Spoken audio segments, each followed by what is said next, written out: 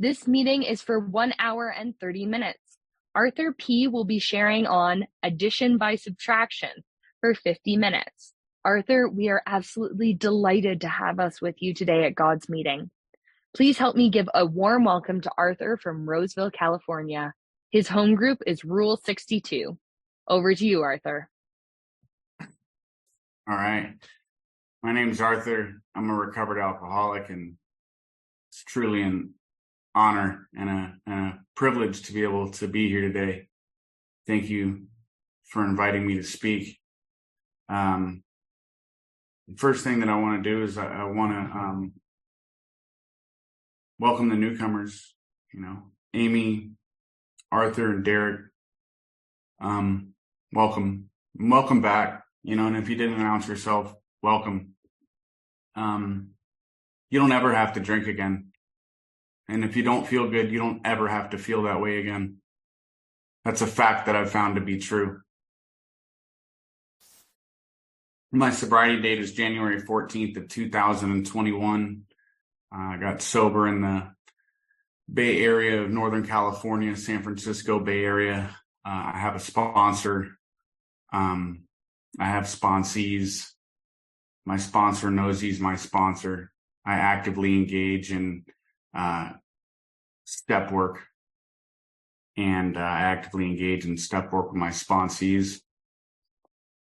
I have a home group that I attend weekly, and I have a couple of service commitments in the program Alcoholics Anonymous.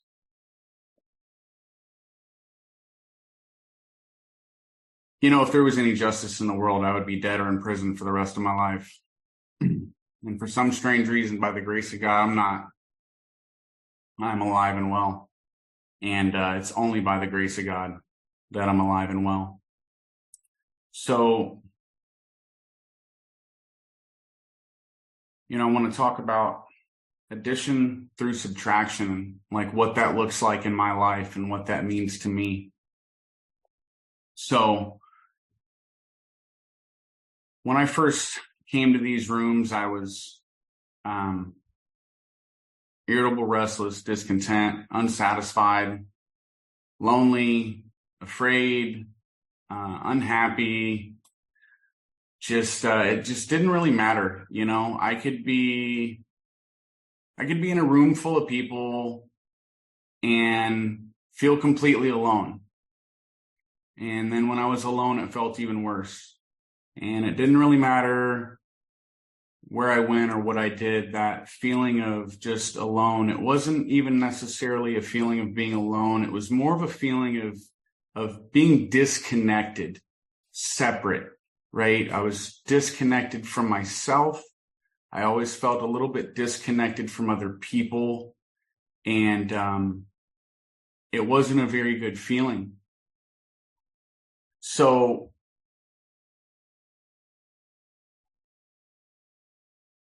when I came to Alcoholics Anonymous, I jumped right in. I started working the steps right away. And my sponsor made it very clear to me that there's only really one way to work the steps: honest and thorough, and by using the instructions that are outlined in the big book of Alcoholics Anonymous.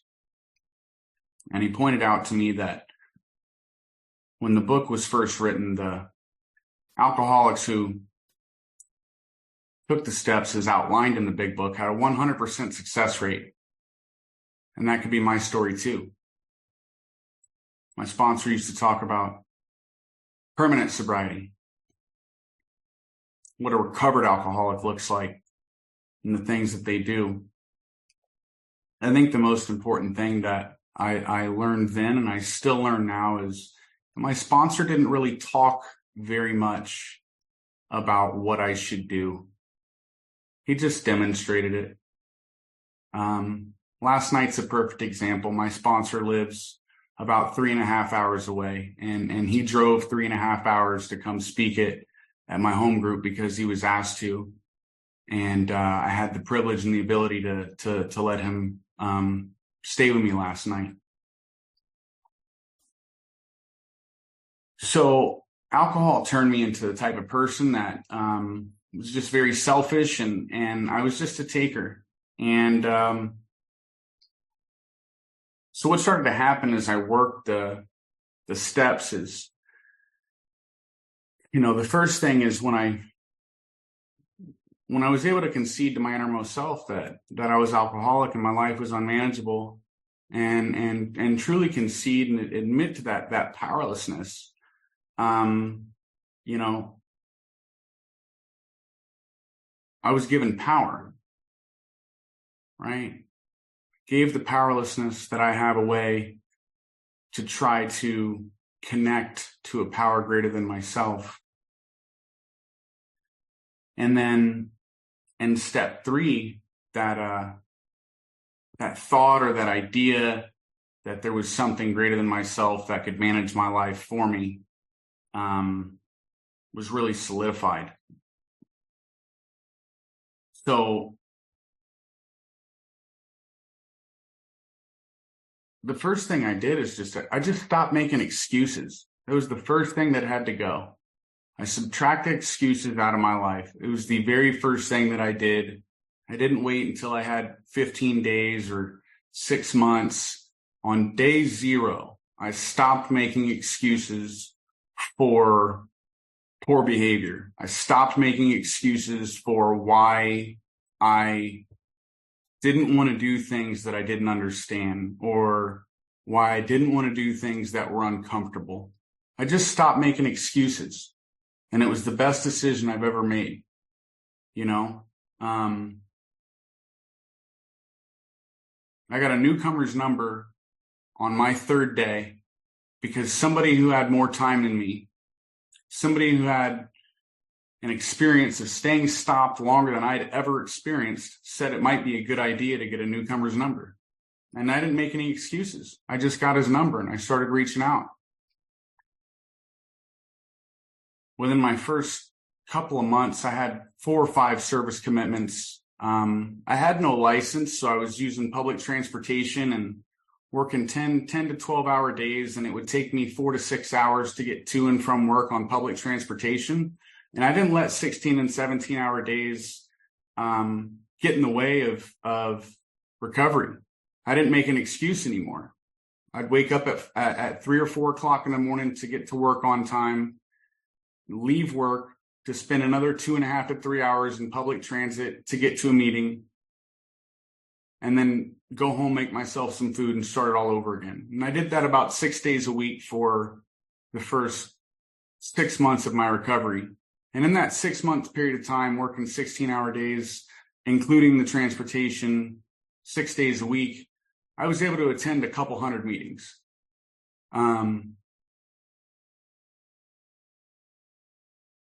That's God. That was God working in my life. And at that point in time, I wasn't awake to the fact that that this power was working through me. But hindsight's 2020. And when I look back on that, I have a very clear picture of who I was for so long. And I was not the type of person to prioritize doing something I didn't understand for the idea that it could potentially benefit me, right? I needed to know, and I needed instant gratification. So my sponsor told me on my 3rd day that it's never too early to start building character. And the sooner the better. So the first thing that I did is I stopped making excuses. And then the next thing that I did is I stopped lying. I just stopped lying, And what was big for me at that point in time is it wasn't necessarily lying to other people. It was lying to myself. The excuses and the dishonesty used to kind of work in tandem and feed off of each other. And I found that if I just told myself the truth about little things, right? Like It's going to be challenging to wake up early and to commute to work and commute back to a meeting. But I can do that though. Right. And, it's going to be challenging to show up to these weekly commitments, week after week, months over months, for 6 months to a year's worth of time. It's going to be challenging, but I can do that. So I started being honest with myself in those kind of ways, which really helped kind of get rid of the excuses. And I think the third component of that was discipline, right? For me, it was getting rid of excuses, getting rid of dishonesty, and starting to implement some discipline in as many areas of my life as I could. And I had to start small. I was pretty rough when I came in here. So I started with just making my bed and waking up and just saying, thank you, God. I didn't really have a relationship with a higher power. I didn't know what that looked like. It sounded like a great idea. So I just started small. I just say, wake up, thanks, God, and go about my day. Well, over the period of time, working through, as I'm working through the steps, when I dropped my fifth step with my sponsor, I was really able to get to a place where I could kind of see the true nature of who I was. And for me, that was big because I thought I was an absolutely terrible person. And make no mistake, there was some really questionable and terrible things that I did, but I wasn't as bad of a person as I thought I was. And there was a lot of hope in that for a guy like me, to see that I wasn't that bad. And more importantly, that I was kind of just full of it. I had like this double standard for life that I can do what I want to do, but if you do it, it's the worst thing in the world. Or I can lie and manipulate, but if you lie or manipulate to me, now we have an issue, right? Or I can be, a cheat or a thief, but if somebody wrongs me, it's the worst thing that's ever happened. I just lived this whole double standard life, and I never looked at it that way, right? I thought I was like a victim and everybody in the world was out to get me. And so doing that fourth and fifth step, as outlined by the big book, thorough and honest to the best of my ability, was so relieving. I didn't have that aha moment that I've heard so many people talk about, where like right when it took place, I just felt like lighter. That's not what happened. It was more or less like the idea or the notion that I was living a double standard. I could truly see myself for who I was and what I had done for the first time in my life. And I just finally got to talk about it. I felt a little bit lighter. It wasn't like this amazing moment, but I felt a little bit lighter. And I mentioned hindsight's 2020. That experience I would look back on probably a year after it took place and actually realize the impact and the effect that it had on my life. And it was phenomenal. So I started to cultivate and develop this relationship with a higher power. And through that, my experience has been the more higher power that I put into my life, the less selfish I am and the less ego driven I am. And it's easier to tell the truth, and it feels good contributing to life more than I'm taking from life. And then it has transformed over these last couple of years to, I actually look forward to doing the things that at one point in time were very inconvenient, were not to my preference, and I didn't want to do. I answer the call to AA whenever it rings, whatever that looks like. I don't say no. That's another clear example to me that God is working in my life consistently. And so whether it's driving a couple hours to speak at a meeting or showing up to speak on Zoom when I'm asked, or going to pick up the guys at the rehab to get them to a meeting, working with my sponsor. It takes many different forms, but I find the more that I cultivate and develop this relationship with the God of my understanding, the more I find myself concerned with the well-being of other people, in particular alcoholics who are suffering of the disease of alcoholism, as I once was. So when I got to my amends, the list was really, really long. And there was a lot of financial amends that needed to be made. When I came to these rooms, I had about $240,000 in medical debt and about $80,000 in personal debt. I had no credit cards. I had no bank accounts. I'd owed 4 major banks money from overdrawing accounts and not being able to pay it back. My credit score was about a 353, almost unrecognizable by any credit bureau. And the day that I sat there with my sponsor and we're going from 8 to 9, I sat there and he asked me, he said, are you willing? And I said, yes, I am. I sat there and I talked to God for a couple of minutes, and I got up and I went to walk away from the back patio. And God sure does work in mysterious ways. My cell phone rang, and it was a debt collector from the county that I lived in. And I picked up the phone, and it was the first time that I actually spoke with them. I gave them my information. I gave them my address. And I was just honest. I said, look, I know I'm in bad shape here. I've recently got sober. It's really important for me to pay this debt. And it might take me 20 or 30 years, but I'd like to start making payments as soon as possible. And so we set up a payment plan.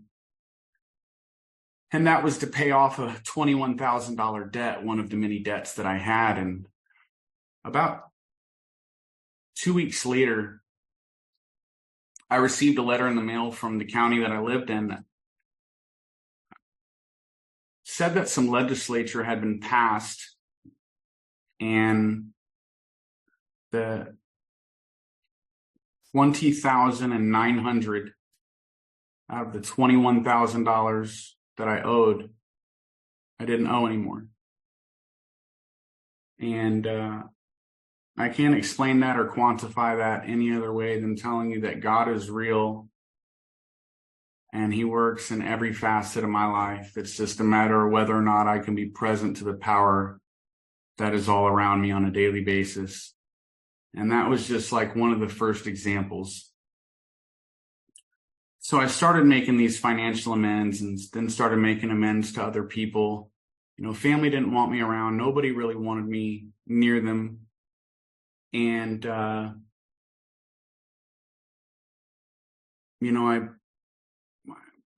amends to my mom and my stepdad and my dad, those were pretty straightforward. No big aha moments there. The most difficult one that I did, I think, was my baby brother. He's 8 years younger than me, and he always called me his hero.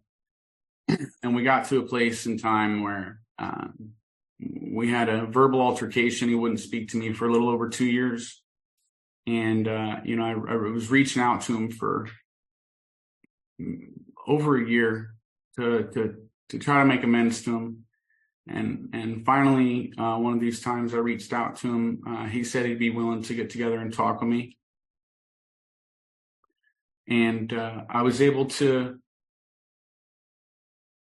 it was quite the experience, because what I was making amends for apparently wasn't what he recalled I needed to make amends for. I was under the impression that I had done certain things and that I had wronged my brother in these certain ways. And he had no qualms whatsoever about letting me know there was a whole multitude of other things that I should be apologizing or making amends for. And I had no idea. I thought, I had it written, I had this letter and I reviewed it with my sponsor and I was like, this is it. It's like, this is everything. And we sat on a park bench in San Mateo and he let me know for about 30 to 40 minutes that there was a whole long laundry list of things that I did not mention and he wanted to bring up. And so I sat there. I sat there with my mouth closed and did what we do and let him get that off of his chest. And I looked him in his face and I said, if there's anything I can ever do to make any of this right, please let me know. And he looked at me and he said, you've already done it. He goes, for years, you've been talking about how you're going to change and how it's going to be different this time. And he said, I talk to mom on a regular basis and you haven't told her that you're going to change. And you haven't told me that you're going to change and you don't need to because I can see that you have changed. And for me, that was huge. So I was able to, again, practice things that I learned by working the steps, honest and thorough, and be honest and thorough with my brother. And by giving him a sense of peace and freedom, it gave me a sense of peace and freedom. And so I look at that as a living amends. I reach out to Jacob on a consistent basis. I went and played pickleball with him at about 7 a.m. a week ago before we both started our work day. And I just try to make sure he knows I'm there for him. And it's pretty cool because he tells me I'm a hero. And for a guy like me, that's pretty incredible. So,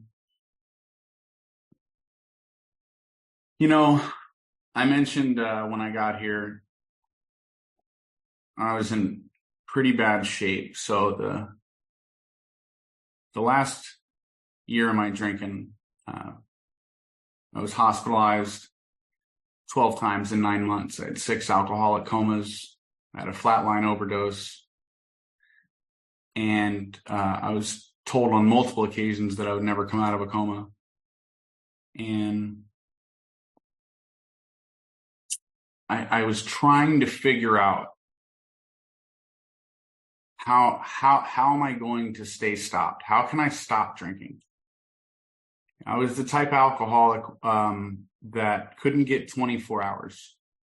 I didn't experience 24 hours of sobriety of my own doing for 20 years unless I was incarcerated.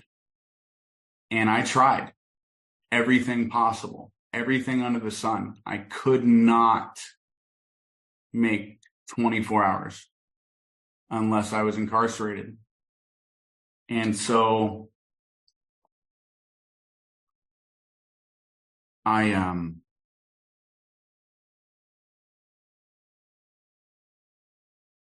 got really busy with service, and I remember a few months being into service,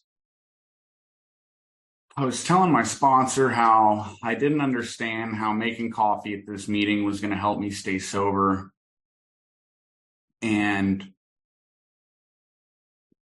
he asked me, I was pretty upset about it and using some inappropriate language to express how I felt about making coffee. And so he asked me, he said, Arthur, he goes, let me ask you something. On your way to that meeting to get there early and make the coffee, what were you thinking about?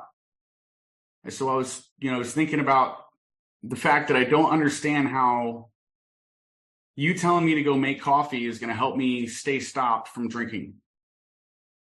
He said, okay, very good. And what were you thinking about when you were making the coffee? I said, I was still thinking about how ridiculous this is that I haven't ever been able to stop drinking in 20 years. And you're telling me to make coffee to stop drinking. He said, right. He said, sounds to me like you weren't thinking about drinking, were you? And that was the first time it was the first time something I couldn't understand actually made sense. He had a great point, and so it just started this beautiful path of, you know what, if someone has an experience with staying stopped longer than I do and they give me a suggestion, I should probably take it. And it doesn't matter how I feel about it, because first of all, my feelings are not facts. If it's not to my preference, or it's inconvenient, or I have to go out of my way to do it, it's probably the best thing that I could possibly do. And so that's what I've done consistently.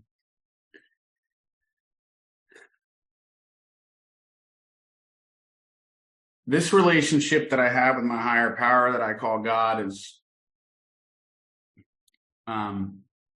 the central guiding force in my life. The way that I like to look about it, the way that I kind of imagine it in my head, is when I think of the triangle of AA, I think of it as like God at the top of that triangle, and then on one corner is like the sponsorship, right? The work that I get to do with other alcoholics. And then the other part of that triangle is like the fellowship, right? What the time that I get to spend in other parts of AA, and some sort of contribution in contributing manner.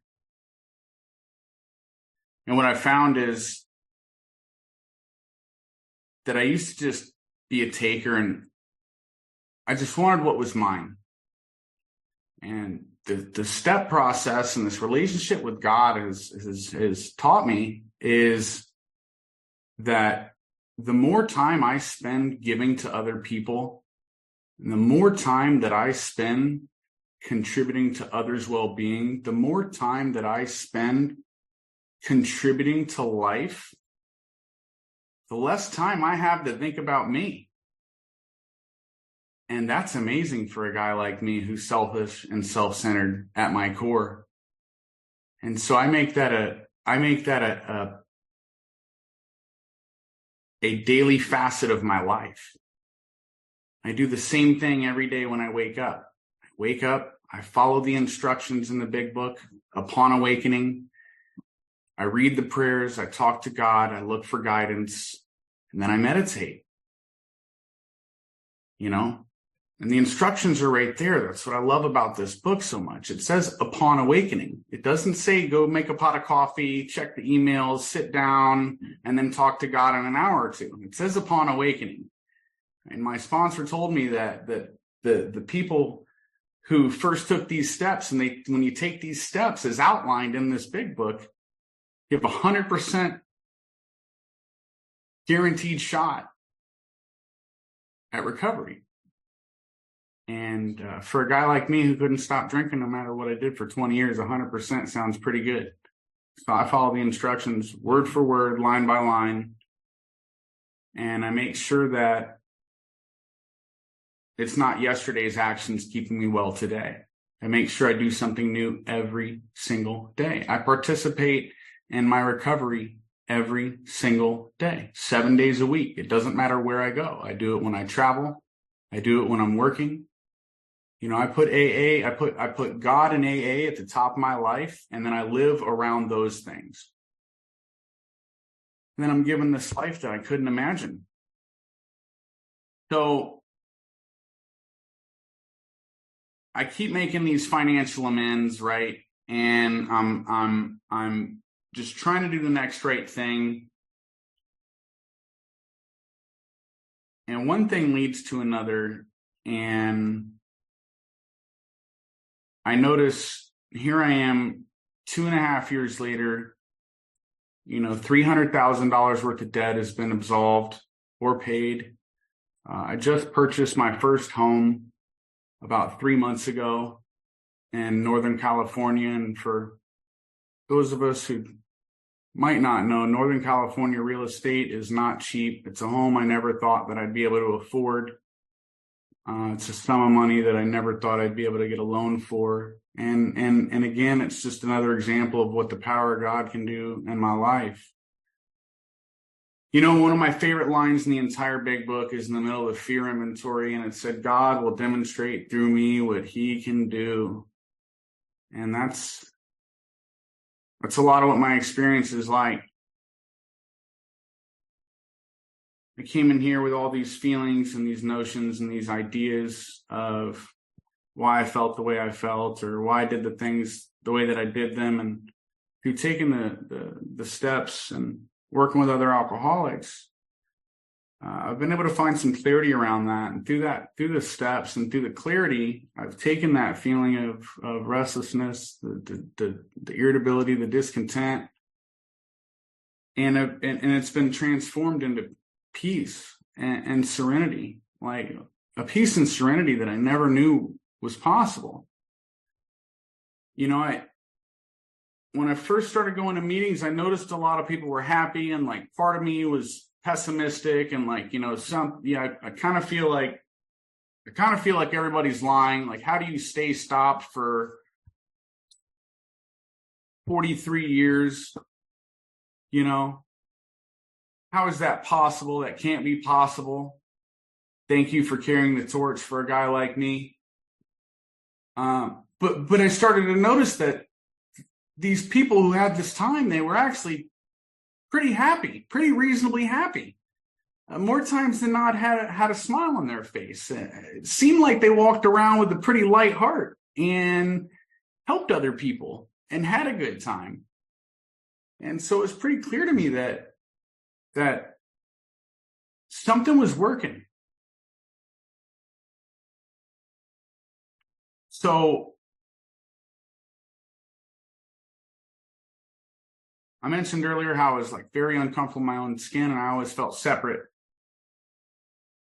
And I'll bring it up time and time again because it's the single most important fact of my life. It's the relationship that I have with the God of my understanding today.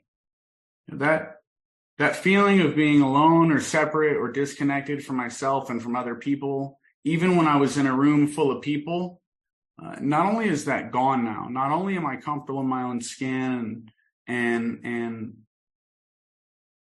I feel okay, or I feel good, I feel connected, but even when it's opposite and I'm by myself now, I feel like I'm in a room full of people who love me.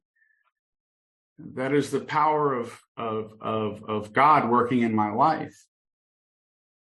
I just got back from a trip to San Diego, and on the last night there, 2 nights ago, I'm watching the sunset over the coast of California, and I started thinking about this gentleman that carried the message to my sponsor who passed on last year.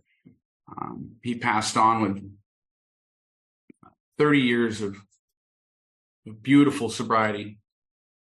And I started thinking about this gentleman and something he told me early on. And I was asking him, I said, how am I going to know when I'm okay? And how am I going to know when things are all right? And he said, it's hard to tell. He goes, but he's like, I guarantee you one thing. He goes, if you do this work and you help other people, Arthur,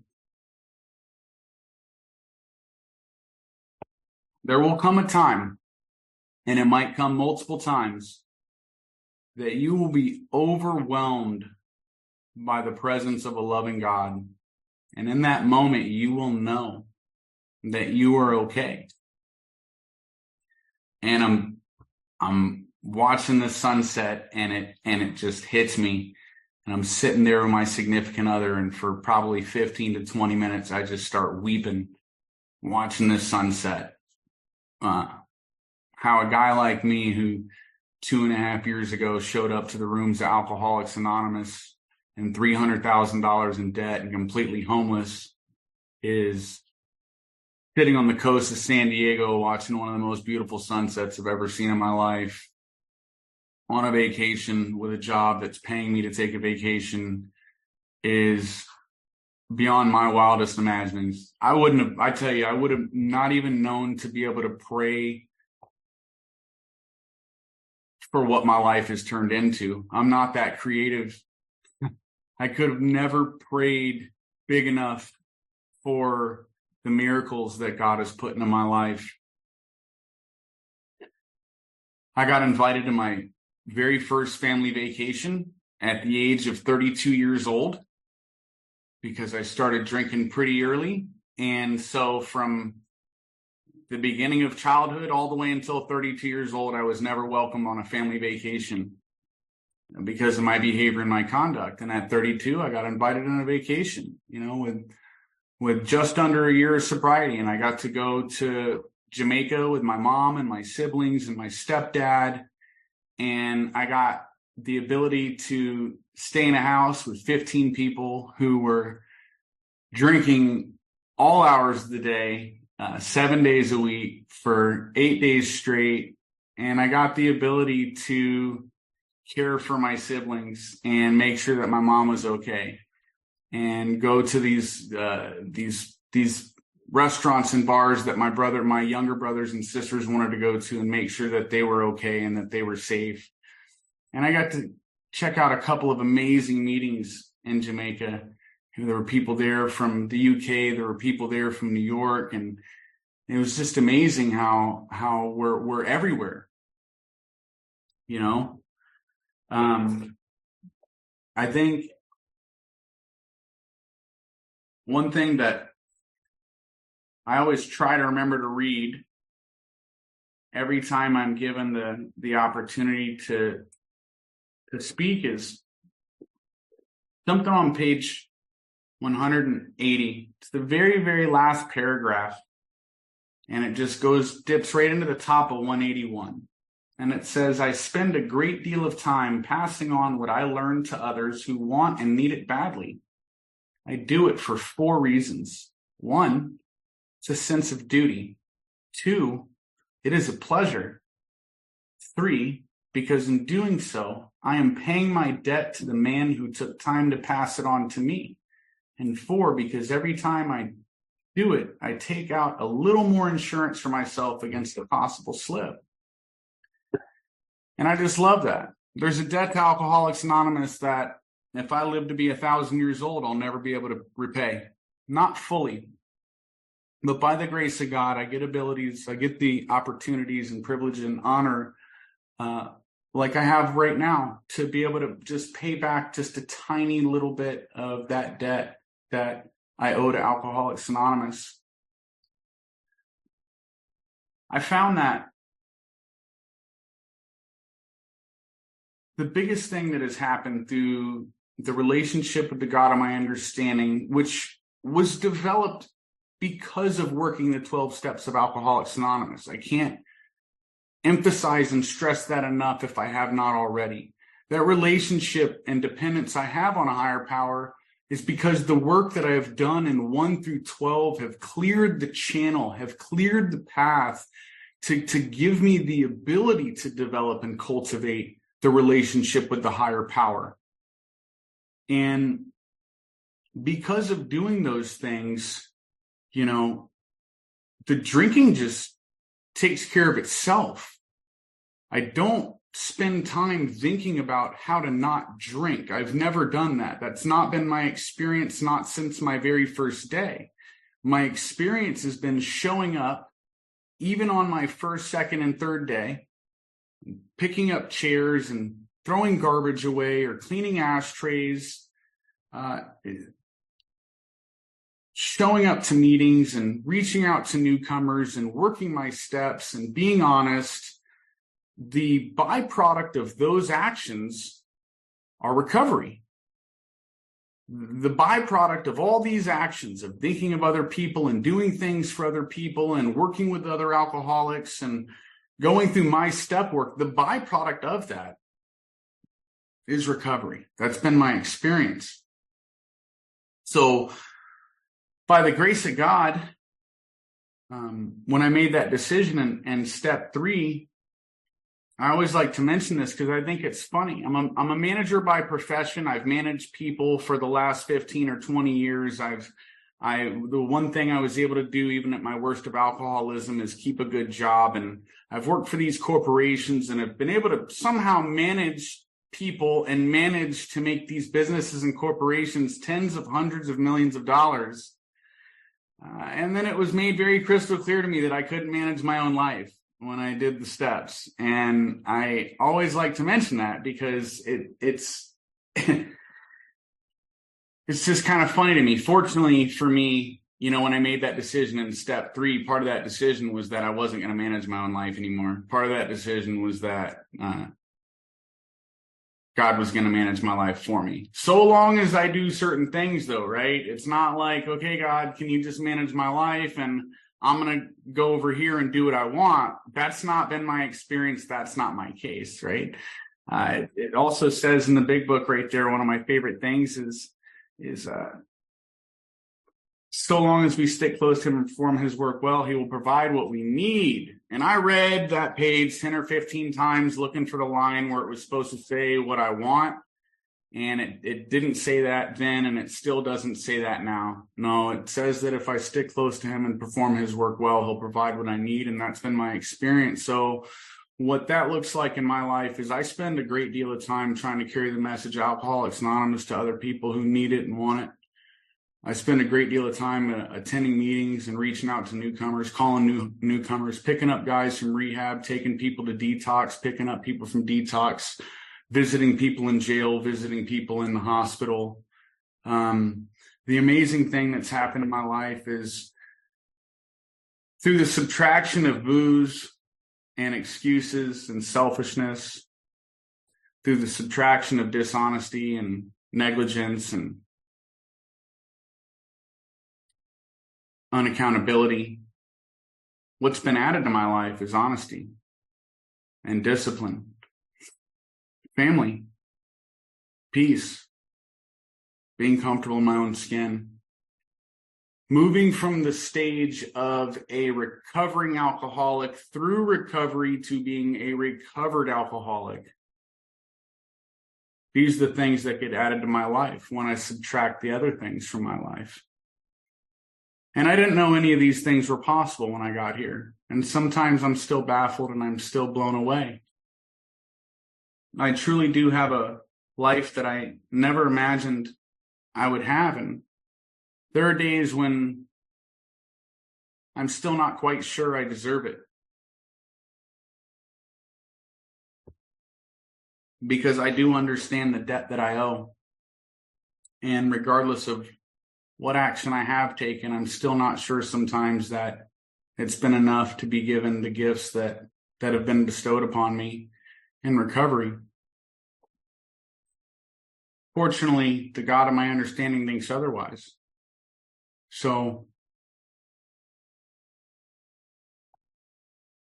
one thing I always like to mention is I think it's very important, where it says that we practice these principles in all of our affairs. And I think that's one of the best things that Alcoholics Anonymous and a relationship with a higher power has taught me. I am a much better employer now. I'm a much better employee now. I am a better brother, a better uncle. I'm a better son. I'm a better significant other. I am a better citizen. I am a taxpayer, which I was not when I was drinking. And these are all just gifts that have been added to my life by just subtracting these small, these tiny little things that have been subtracted from my life. I find it incredible that things that have showed up in my life for the effort that I've put in, it just doesn't make sense sometimes. I'm sitting in an office in my house right now. And 2.5 years ago, everything I owned was in 2 duffel bags, $300,000 in debt. I don't understand. That's the beauty of Alcoholics Anonymous, just like that coffee commitment. I don't need to understand to just do the next indicated right thing. I do want to take a couple minutes and talk about I really want to give a warm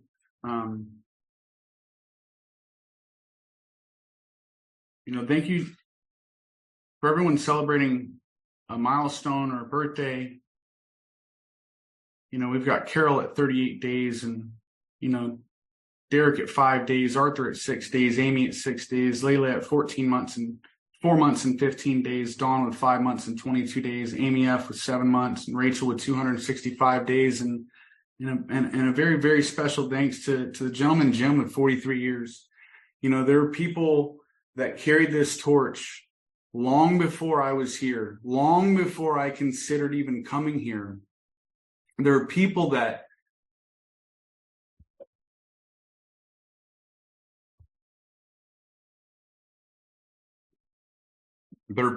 kept the light on when a guy like me was lost in the dark and I had nowhere to go and I didn't know what was up. I didn't know what was down and I had no idea what to do. But you guys did. You started doing it and you never stopped. And for that, I will always be eternally grateful. It's because of those of you who have carried that torch, those of you who've been steadfast in your ability to participate in your own recovery and in the recovery of other people, that a guy like me gets to live today, gets to wake up today and be thankful to be alive, gets to contribute to other people's lives, gets to be a son again. I get to be me for the first time in my life.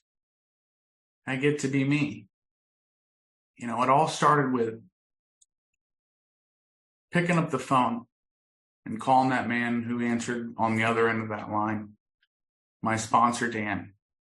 He answered that call and he took me through the steps and he has consistently demonstrated how to live. And he was able to do that because somebody did it for him and the guy before him did it for him. And it goes all the way back to the beginning of this program. Guys, I am eternally grateful for what you have shown me, the ability to be a recovered alcoholic, to stand in the trenches on the firing lines with you and help do what I can for the next alcoholic suffering. I thank you all.